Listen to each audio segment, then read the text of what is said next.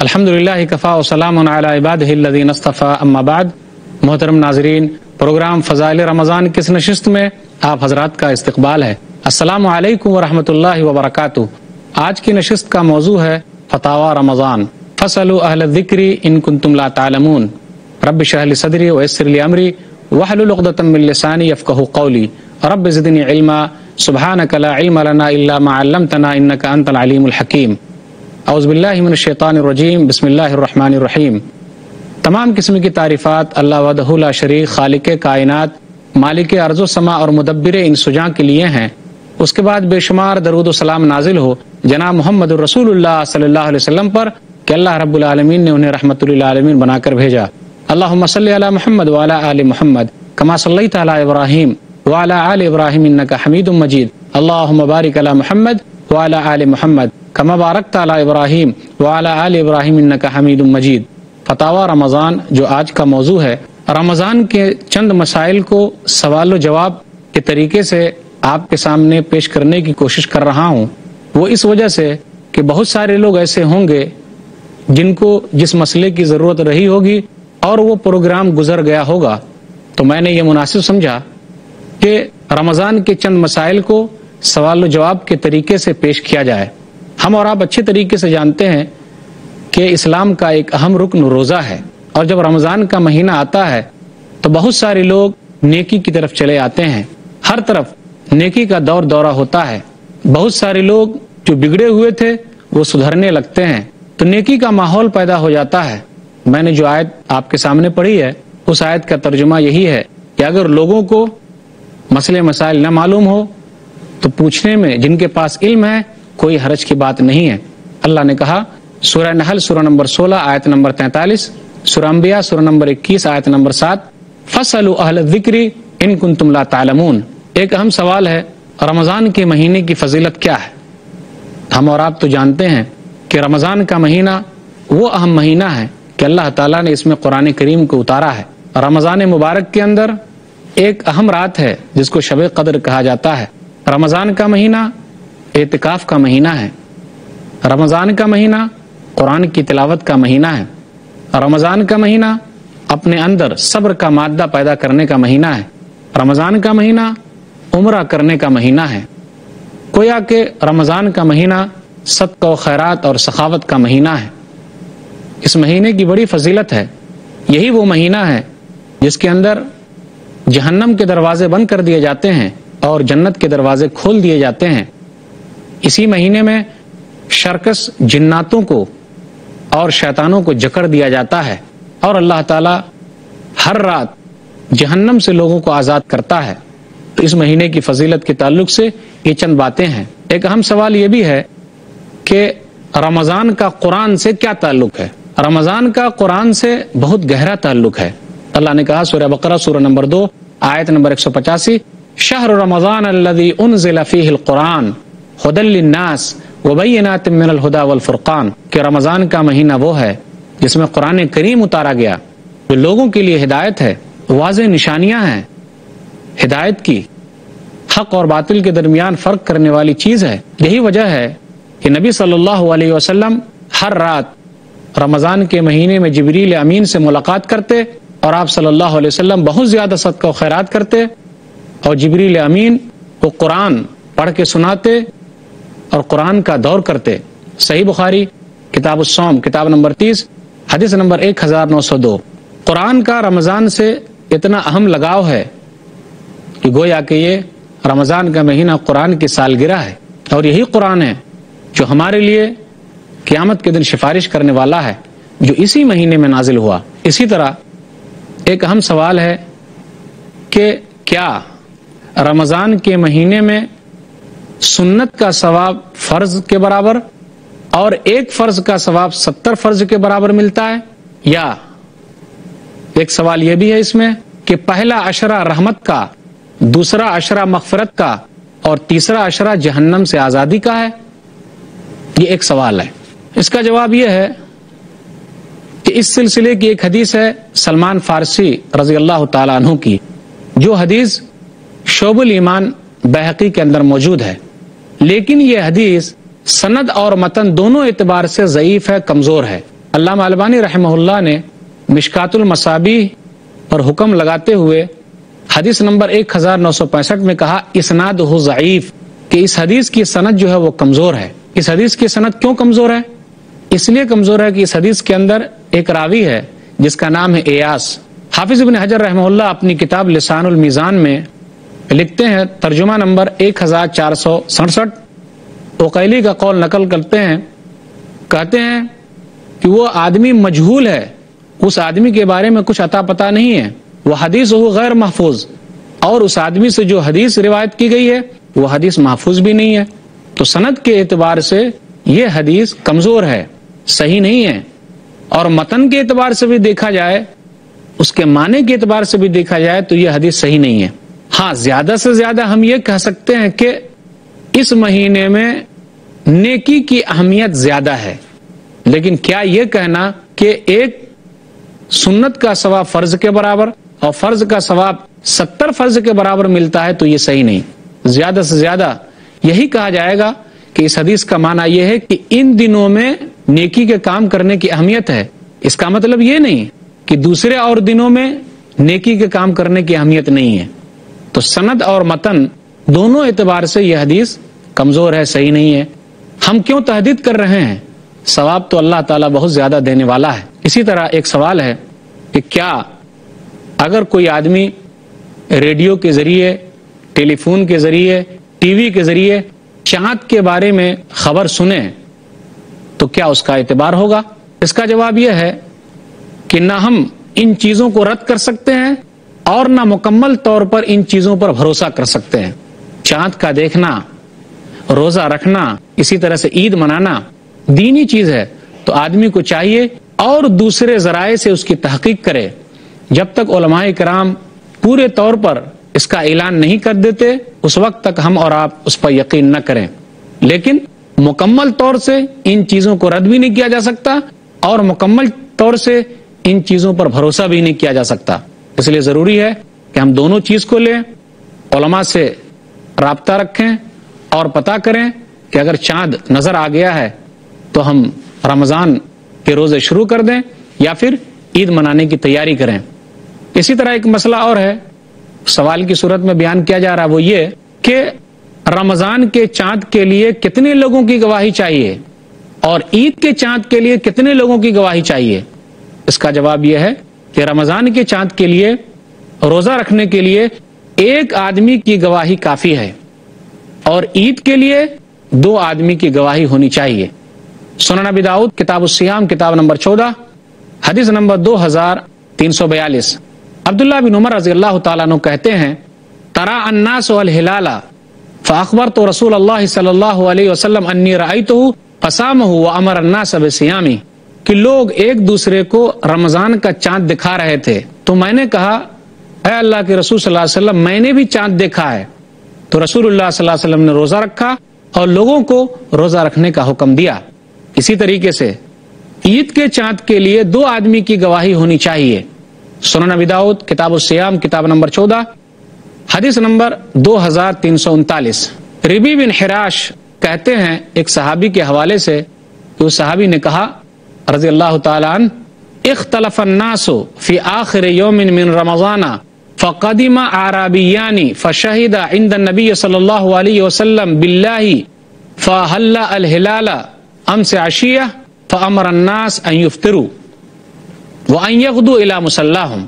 اس کا ترجمہ یہ ہے کہ لوگوں نے رمضان کے اخیر میں چاند کے سلسلے میں اختلاف کیا تو 2 دیہاتی نبی صلی اللہ علیہ وسلم کے پاس آئے اور قسم کھا کر کہا اللہ کے رسول ہم دونوں نے کل چاند دیکھا ہے، تو رسول اللہ صلی اللہ علیہ وسلم نے لوگوں کو افطار کرنے کا حکم دیا، روزہ نہ رکھنے کا حکم دیا اور لوگوں کو حکم دیا کہ وہ عید منانے کے لیے جائیں۔ تو اس سے پتا چلا کہ رمضان کے لیے 1 آدمی کی گواہی اور عید منانے کے لیے 2 آدمی کی گواہی ہونی چاہیے۔ ایک اہم سوال ہے کہ کیا پوری دنیا کا ایک چاند نہیں ہو سکتا تاکہ اتحاد و اتفاق برقرار رہے؟ اس کا جواب یہ ہے ایسا نہیں ہو سکتا، اس لیے کہ چاند مختلف جگہوں سے نکلتا ہے، اس کے مطالع الگ الگ ہیں، اس کی رویت الگ الگ ہے۔ ایک حدیث ہے صحیح مسلم کتاب الصیام کتاب نمبر 13 باب نمبر 5، ام الفضل بنت حارث نے قریب رحمہ اللہ کو بھیجا. کہاں بھیجا؟ ملک شام بھیجا, سیریا بھیجا, معاویہ رضی اللہ تعالیٰ عنہ کے پاس. جب وہ معاویہ رضی اللہ تعالیٰ عنہ کے پاس پہنچے اور اپنے کام سے فارغ ہو گئے, اسی درمیان میں رمضان کا چاند وہاں نظر آیا. تو لوگوں نے رمضان کے چاند کو جمعہ کے دن دیکھا, معاویہ رضی اللہ تعالیٰ عنہ نے بھی دیکھا. جب وہ اس مہینے کے اخیر میں مدینہ پہنچے تو عبداللہ بن عباس رضی اللہ تعالیٰ عنہ نے کہا کہ تم لوگوں نے چاند کب دیکھا؟ تو قریب نے کہا کہ ہم لوگوں نے چاند ملک شام میں سیریا کے اندر جمعہ کے دن دیکھا ہے. کہا اور بھی لوگوں نے دیکھا؟ کہا معاویہ رضی اللہ تعالیٰ عنہ نے بھی دیکھا ہے, جو ملک شام کے امیر ہیں, انہوں نے بھی روزہ رکھا, لوگوں نے بھی روزہ رکھا. عبداللہ بن عباس رضی اللہ تعالیٰ عنہ نے کہا کہ ہم لوگوں نے چاند سنیچر کے دن, سیٹرڈے کے دن, ہفتے کے دن دیکھا ہے, اس لیے ہم لوگ چاند دیکھ لیں گے یا پھر 30 دن پورا کریں گے. تو قریب نے کہا کہ کیا معاویہ رضی اللہ تعالیٰ عنہ کا چاند دیکھنا اور ان کا روزہ رکھنا ہم لوگوں کے لیے دلیل نہیں ہے؟ کیا آپ لوگوں کے لیے دلیل نہیں ہے؟ تو انہوں نے کیا کہا؟ لا ہاکذا امرنا رسول اللہ صلی اللہ علیہ وسلم. کہا نہیں, اسی طریقے سے ہم کو رسول اللہ صلی اللہ علیہ وسلم نے حکم دیا ہے کہ چاند کو دیکھنا ہے اور دیکھنے پر ہی روزہ رکھنا ہے یا دیکھنے سے ہی روزہ کو چھوڑ دینا ہے اور عید منانا ہے. محترم ناظرین, موضوع فتاوی رمضان, اس پر گفتگو ہوتی رہے گی انشاءاللہ. پھر ملیں گے چھوٹے سے وقفے کے بعد. محترم ناظرین, السلام علیکم ورحمۃ اللہ وبرکاتہ. دوبارہ آپ کا استقبال ہے پروگرام فضائل رمضان میں. موضوع ہے فتاوی رمضان. ایک حدیث ہے صحیح مسلم کتاب الصیام کتاب نمبر 13 باب نمبر 5. ام الفضل بنت حارث نے قریب رحمہ اللہ کو بھیجا. کہاں بھیجا؟ ملک شام بھیجا, سیریا بھیجا, معاویہ رضی اللہ تعالیٰ عنہ کے پاس. جب وہ معاویہ رضی اللہ تعالیٰ عنہ کے پاس پہنچے اور اپنے کام سے فارغ ہو گئے, اسی درمیان میں رمضان کا چاند وہاں نظر آیا. تو لوگوں نے رمضان کے چاند کو جمعہ کے دن دیکھا, معاویہ رضی اللہ تعالیٰ عنہ نے بھی دیکھا. جب وہ اس مہینے کے اخیر میں مدینہ پہنچے تو عبداللہ بن عباس رضی اللہ تعالیٰ عنہ نے کہا کہ تم لوگوں نے چاند کب دیکھا؟ تو قریب نے کہا کہ ہم لوگوں نے چاند ملک شام میں سیریا کے اندر جمعہ کے دن دیکھا ہے. کہا اور بھی لوگوں نے دیکھا؟ کہا معاویہ رضی اللہ تعالیٰ عنہ نے بھی دیکھا ہے, جو ملک شام کے امیر ہیں, انہوں نے بھی روزہ رکھا, لوگوں نے بھی روزہ رکھا. عبداللہ بن عباس رضی اللہ تعالیٰ عنہ نے کہا کہ ہم لوگوں نے چاند سنیچر کے دن, سیٹرڈے کے دن, ہفتے کے دن دیکھا ہے, اس لیے ہم لوگ چاند دیکھ لیں گے یا پھر 30 دن پورا کریں گے. تو قریب نے کہا کہ کیا معاویہ رضی اللہ تعالیٰ عنہ کا چاند دیکھنا اور ان کا روزہ رکھنا ہم لوگوں کے لیے دلیل نہیں ہے؟ کیا آپ لوگوں کے لیے دلیل نہیں ہے؟ تو انہوں نے کیا کہا؟ لا ہاکذا امرنا رسول اللہ صلی اللہ علیہ وسلم. کہا نہیں, اسی طریقے سے ہم کو رسول اللہ صلی اللہ علیہ وسلم نے حکم دیا ہے کہ چاند کو دیکھنا ہے اور دیکھنے پر ہی روزہ رکھنا ہے یا دیکھنے سے ہی روزہ کو چھوڑ دینا ہے اور عید منانا ہے. اسی طرح ایک اہم سوال ہے, بہت سارے ملک ایسے ہیں جہاں دن 20 گھنٹے کا ہوتا ہے, 18 گھنٹے کا ہوتا ہے اور رات بالکل چھوٹی ہوتی ہے. کبھی کبھی ایسا بھی ہوتا ہے کہ رات لمبی ہوتی ہے اور دن چھوٹا ہوتا ہے, اور کبھی کبھی ایسا بھی ہوتا ہے کہ بہت ساری جگہوں پر 6 مہینے تک دن ہی دن ہے اور بہت ساری جگہوں پر 6 مہینے تک رات ہی رات ہے. تو ایسے لوگ کیسے روزہ رکھیں گے؟ ایسے لوگ کیسے نماز ادا کریں گے؟ یہ ایک اہم سوال ہے. اس کا جواب یہ ہے کہ جس ملک کے اندر 24 گھنٹے دن اور رات ملا کر ہوتے ہیں, چاہے دن 18 گھنٹے کا ہو یا 20 گھنٹے کا ہو, وہاں کے لوگوں کو 18 اور 20 گھنٹہ دن میں روزہ رکھنا ہے, جہاں 24 گھنٹے کا دن اور رات ہے. اسی طریقے سے جہاں 6 مہینے رات ہے اور 6 مہینے دن ہے, جیسے گرین لینڈ وغیرہ ہے, تو وہاں کے لوگ قریبی ملک کے اعتبار سے نماز پڑھیں گے, روزہ رکھیں گے, سحری کریں گے اور افطار کریں گے. دلیل کیا ہے؟ صحیح مسلم کتاب الفتن کتاب نمبر 52 باب نمبر 20 حدیث نمبر 2938 کہ نبی صلی اللہ علیہ وسلم نے ارشاد فرمایا کہ دجال دنیا کے اندر 40 دن رہے گا. نبی صلی اللہ علیہ وسلم نے کہا یومن کسنتن و یومن کشہرن و یومن کجمعتن وسائر ایامہ کایامکم. دجال جو ہے وہ زمین پر 40 دن رہے گا, ایک دن 1 سال کے برابر, ایک دن 1 مہینے کے برابر اور ایک دن 1 ہفتے کے برابر ہوگا, اور تمام ایام جو ہے تمام دن تمہارے دن کی طرح ہوگا۔ ایک صحابی نکال یا رسول اللہ ھذا الیوم الذی کسنۃ تکفینا فیہ صلاۃ یوم، اللہ کے رسول یہ بتلائیے کہ جو ایک دن ایک سال کے برابر ہوگا، کیا ایک دن کی نماز پڑھنا کافی ہے؟ تو اللہ کے رسول صلی اللہ علیہ وسلم نے کیا کہا؟ لا اقدروا لہ قدرہ، نہیں بلکہ اس کا اندازہ کر کے نماز پڑھو۔ تو ایسے لوگوں کے لیے جہاں 6 مہینے رات ہے 6 مہینے دن ہے، تو وہ لوگ سحری اور افطاری اور نماز اپنے قریبی ملک کے حساب سے کریں گے اور اس دن کا اندازہ لگا کر ایسا کام کریں گے۔